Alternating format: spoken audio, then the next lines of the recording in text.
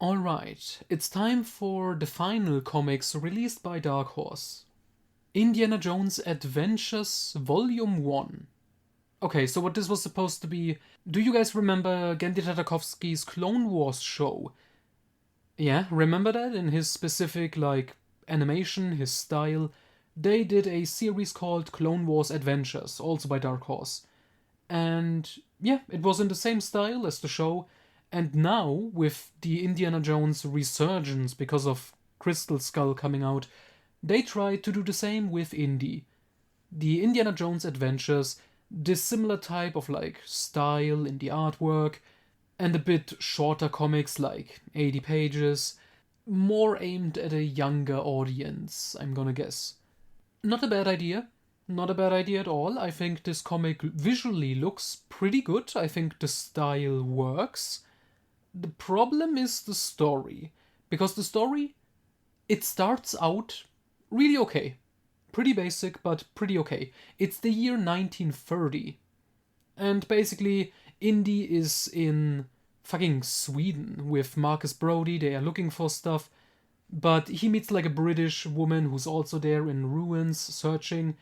And she finds a scroll or something and outsmarts Indy. But then she gets outsmarted by Belloc. And then it's just Indy going after Belloc and trying to get this scroll back. And Belloc is trying to sell the scroll to the Nazis. And this is confusing.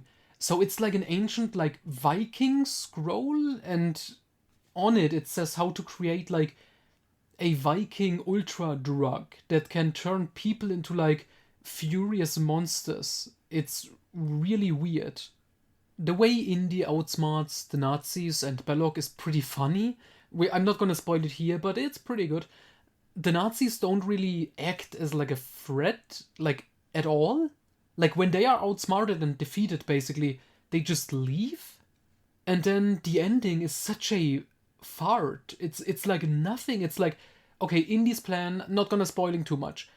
Getting the scroll, giving the scroll to the British woman that he met earlier.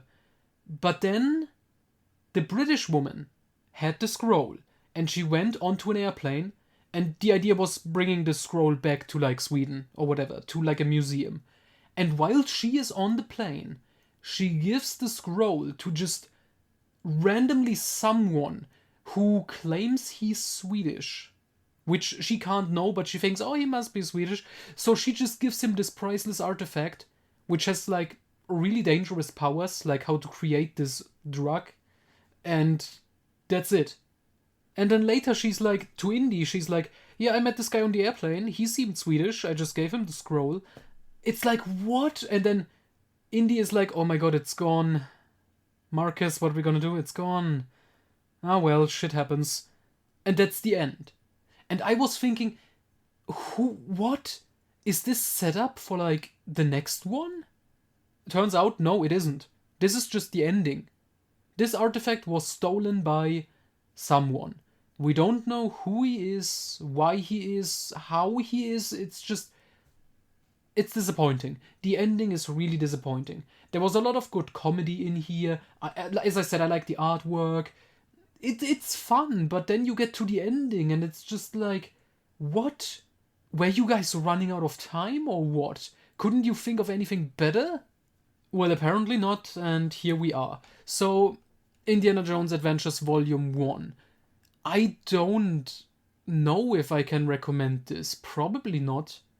I know there's this thing about the journey is already the destination, even if an ending is bad, the rest of it can still be fun and worth reading. But honestly, not really, no. Not in this case. So yeah, I guess I don't recommend this one. But maybe the next one will be better. We're gonna talk about it next time.